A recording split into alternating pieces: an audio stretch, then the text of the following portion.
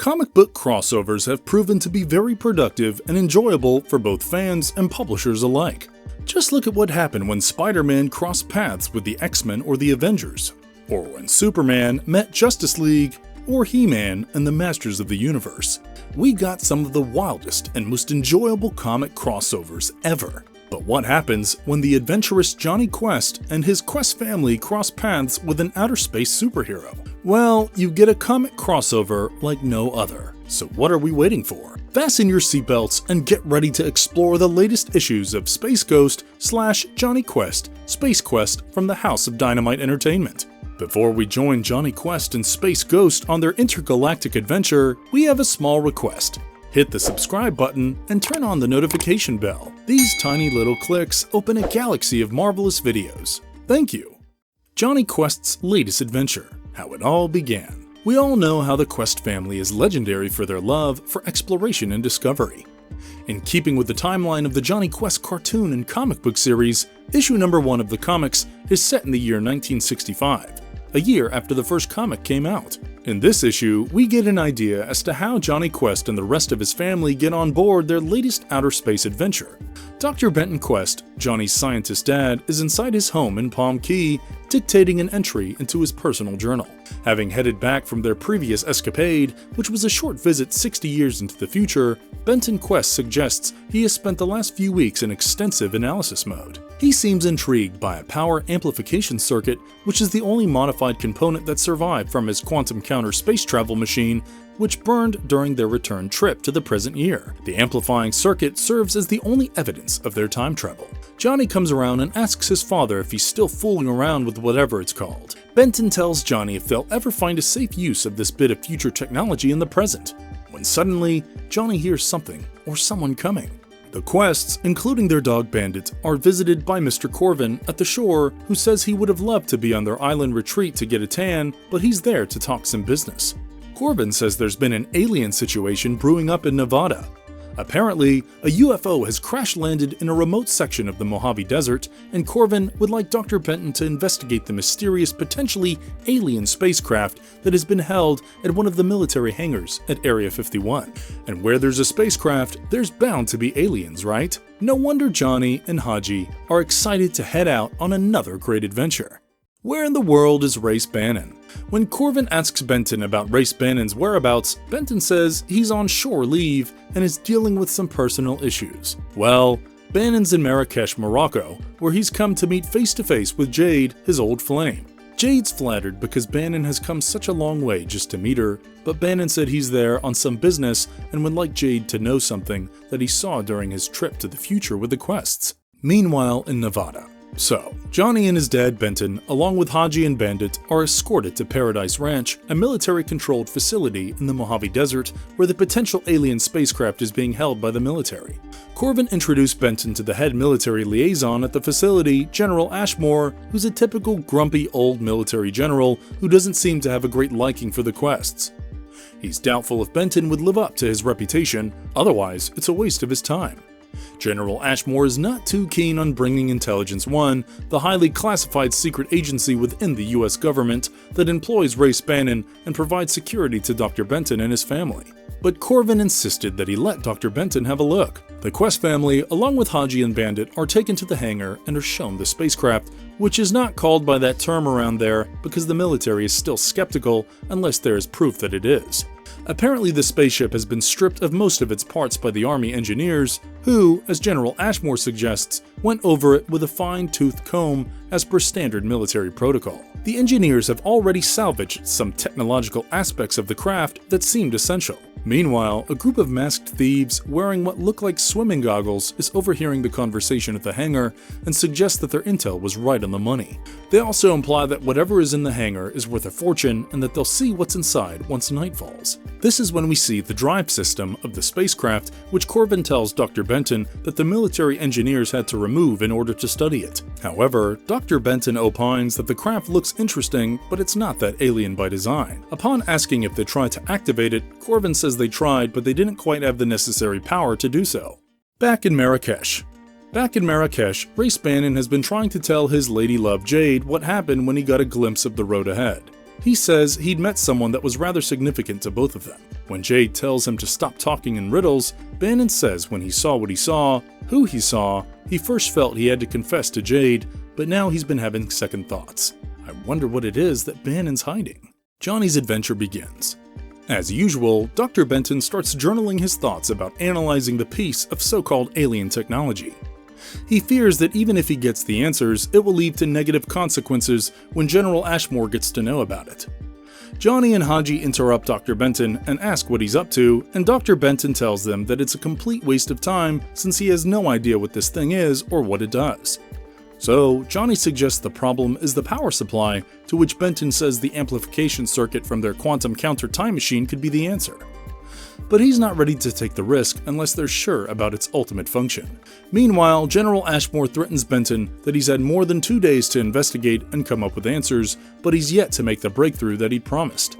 Benton says that the technology is too advanced and that they don't have any means to power and activate the device. General Ashmore gets irritated and starts shouting at Benton and threatens that he will tell the suits at Intelligence One how useless he is and likely get the government to stop funding Benton's island retreat. In other words, get him fired. Later that night, Johnny, Haji, and Bandit sneak into the hangar. Johnny has an ingenious plan. He's afraid that his dad might lose his job, so he wants to take matters into his own hands and takes a risk. He wants to plug in the amplification circuit from Fukunaga to activate the alien spacecraft because he has a feeling it will work. Johnny plugs it in, and it works until the 4 masked burglars break in and start firing at Johnny and Haji, who make a run to escape from them and find themselves in a strange teleportation vortex from the alien drive system. Here comes the Space Ghost. The very next moment, Johnny and Haji get sucked into the holographic void created by the alien drive system, and all the masked thieves are perplexed, thinking that it was some kind of magician's trick. This is when we meet the curious trio of aliens, Jan, Jace, and their pet monkey Blip from outer space. Meanwhile, the masked thieves who came to threaten Johnny and Haji and steal the mysterious tech inside the hangar get scared and run for their lives. Jan and Jace, dressed in their superhero suits and speaking an unintelligible alien language, use their inviso-power to become invisible as they try to sneak in on Dr. Benton as he figures out something. Benton thinks he heard something and puts on his headphones and fires out his sonic device that makes the invisible alien trio visible to him. Upon asking who they are, the aliens speak their unique language, which amuses Dr. Benton. Jan and Jace use the translation badge on their suits and communicate in English with Dr. Quest and tell them about the tech that can interpret any alien language. Benton understands they're not from this world and wonders, if they are here, where in the cosmos are his boys? Well, you guessed it, the boys have swapped places with Jan, Jace, and Blip, and Johnny has a feeling they're not in Kansas anymore. Meanwhile, as they figure out where they are, they realize they're not alone. Behold, the Cape Space Ghost. Lost in space and time. The second issue of the comics follows a series of uncertain events in the mysterious hangars of Area 51, which transport Johnny, Haji, and Bandit into the far reaches of time and space, where they come face to face with an exasperated space ghost. Johnny and Haji are still trying to find out where they are and what the hell they just saw. Space Ghost speaks the same alien language as the other 3 aliens who have replaced Johnny, Haji, and Bandit on Earth. Just as Johnny says he's speaking gibberish, Space Ghost puts the universal translation emblems on Johnny and Haji's shirt, and his gibberish starts making sense as he says, "I believe you're trespassing." Space Ghost tells them that they didn't look like someone who posed a serious threat, and that is why he gave them the benefit of the doubt so that they can explain themselves and how they arrived. When Johnny says he has no idea where they've landed, Space Ghost tells him that once upon a time, this was Planet Vector, but now it is known as Ghost Planet, and introduces himself as Space Ghost. As they head deeper into the Ghost Planet, Johnny and Haji tell Space Ghost about the alien craft that was found on Earth and how the military seeks to exploit its technology. Space Ghost shows them a map of the universe. Well, not all of it, but just the most thorough version of the universe. He suspected that the military must have removed the essential dive system and inadvertently created an active contact plate for interstellar and cross-parallel transportation, and expresses surprise at the level of ingenuity it might have taken, only for Haji and Johnny to start bragging about Dr. Quest and his genius. Meanwhile, Johnny asks Space Ghost if there's a way for them to get back to Earth, to which he says contact plates were a 2-way transit system and they're considered obsolete. He also mentions that Jace was tinkering with a contact plate in the hangar bay, which explains how they got here. As they speak, Space Ghost gets an alert message from Zeta Wave from a galactic-level threat, as in a threat to the whole universe. This gets Jonny excited and curious as to what must be transpiring on Earth. Meanwhile on Earth, Dr. Benton is showing the alien trio the alien spacecraft at the mysterious hangar in Area 51 and asks them if it looks familiar to them. Jan says it's a scout car and tells Jace that it ended up on Earth due to his hot-rodding efforts. Dr. Benton tells them that the military has taken out the main engines. Jan implies he had modded the scout car's hyper-propulsion system to enable cross-parallel space-time travel and had lost the scout car during the testing phase, so he created the old-fashioned contact plate in order to retrieve the scout car. He explains that the contact plate is like a staging area for material transport, meaning that it acts like a magical stage that could transport stuff. Benton gets the whole idea and deduces that his boys must be where Jan, Jace, and Blip came from and wants to bring them back home. Jace suggests they can rebuild the scout car, but Benton says it's easier said than done, especially under the nose of General Ashmore. However, he's sure help is on its way to Jonny and the gang. What's up with Race Bannon? In Tangier Airport, Race Bannon is about to board a plane back home, but Jade isn't happy he's leaving. She tells him there are ways to make his visit worthwhile when out of nowhere, a group of armed mob men in a jeep attack them. Jade explains that she's been hired to recover a lost artifact stolen by a local crime syndicate as they fight the bad guys. Bannon reminds Jade of her future, and she brushes it off, saying that she lives in the moment. The duo escapes the attack and recovers the artifact. Jade insists Bannon tell her the reason he came to Marrakesh, but he says he will someday, but not now. He's gotta go because you can't tell what new adventure the Quest family is on when he's not around. Over at the hangar. In Nevada, General Ashmore is angry at Dr. Quest for testing his patience and reminds him of his threat. Dr. Benton Quest tells him that while he can't tell where the craft came from, he can guarantee that it will be dangerous if they tamper with it any further. General Ashmore says that's ridiculous and walks out angrily, yelling that he's got to go back to the brass at the Pentagon and tell them that his whole reputation was a wash. He also warns Dr. Benton that heads are going to roll, suggesting that he may lose his job. Corvin understands that the consequences of the alien tech are too dangerous and clears Dr. Benton Quest from the mission. Meanwhile, the alien trio has been hiding in the hangar, and along with Benton, they try to find out who activated the contact plate. Dr. Benton finds the amplification circuit and instantly guesses that his son Jonny, who always likes to play his amateur lab assistant, installed the circuit to power up the device. He wonders whether they can power up the contact plate once again to repeat the same phenomena, but Jace warns that the odds of the two plates activating simultaneously are next to impossible. And just as Dr. Benton seemed optimistic, they're invaded by the masked burglars who have come to seek an explanation. The aliens become invisible to kick some bad guys and help Dr. Benton, who's still worried about his boys. Jonny, Haji, and Bandit embark on a journey to Nightmare Planet. Jonny, Haji, and Bandit are given some slick space hero uniforms by Space Ghost, complete with the translator emblems and Inviso power belts. Space Ghost tells them that the enemy from their alert system has revealed himself.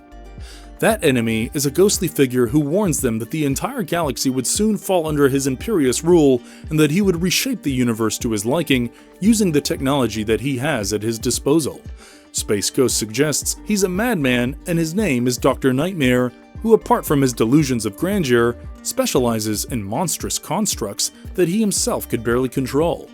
He also tells Jonny Quest and the boys that he's traced the message's location to a place called Nightmare Planet. He then takes the boys in his spaceship on an interstellar journey to the planet, which has been designed to scare them out of their wits, as if they were actually inside hell. Space Ghost warns Jonny that if Dr. Nightmare wins, the entire universe would look like Nightmare Planet. Haji notices that the ship's scanners have picked up on something approaching them at high speed, just when all we see is a huge flying bull flying over their spaceships and the words, "To be continued," appear.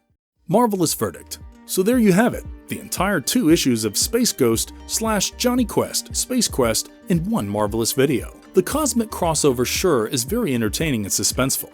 What I particularly like about this one is the probability and likelihood of an adventurous Jonny Quest going on an interstellar adventure, or rather misadventure, and the compelling crossover story brought to us. Creators Joe Casey, who's also contributed to X-Men and some Superman titles, and Sebastian Perez have done a fine job with this one, and I can't wait to explore the next issue soon. What do you think of the Space Ghost / Jonny Quest comic? Do you think Jonny Quest and Space Ghost make a great team? Tell us in the comments below. And if you liked our content, don't forget to leave a like and subscribe to us if you haven't already. Have a good one and be safe. Thanks everyone.